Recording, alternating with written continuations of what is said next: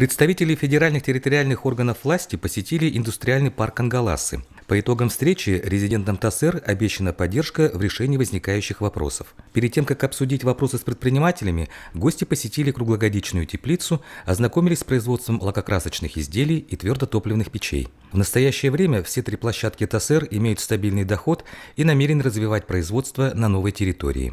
Руководитель индустриального парка Кангаласы Дмитрий Борисов отметил, что в ТАСЭР вложено 2 миллиарда рублей инвестиций, из которых только 1 из 10 рублей государственный. В настоящее время индустриальный парк занимает 14 гектаров, в нем числится 6 резидентов, решаются вопросы технологического присоединения к инженерным сетям. Теплица в пригородном селе Тулагина построена по японским технологиям и полностью автоматизирована. Всего засеяно томатами в качестве эксперимента 600 квадратных метров. Сбор урожая с 1 квадрата ежедневно достигает от 40 до 60 килограмм. Сегодня продукция поставляется в дошкольное учреждение Якутска. Отпускная цена для остальных потребителей составляет 250 рублей. В соответствии с планом предусматривается продолжение строительства тепличного комплекса. Компания БИГ произвела в прошлом году 600 тонн краски по собственной рецептуре. Ее продукция по критерию цена-качество пользуется большим спросом не только на рынке республики, но и за пределами региона. В связи с этим объем производства ежегодно возрастает в 2 раза. В ТАСЭР Кангаласы планируется начать выпуск экономичных твердотопливных печей длительного горения. Компания Саха-Липснель готова начать выпуск по литовской технологии, но с адаптацией к условиям Крайнего Севера.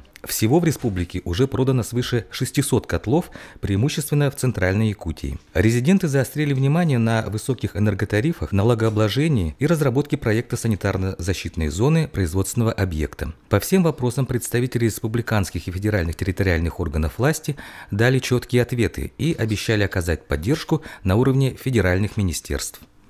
Сегодня важная была встреча между предпринимателями и руководителями территориальных органов исполнительной власти. Были заданы вопросы, достаточно такие хорошие вопросы, на них были получены ответы. Я думаю, что это будет иметь определенное положительное значение.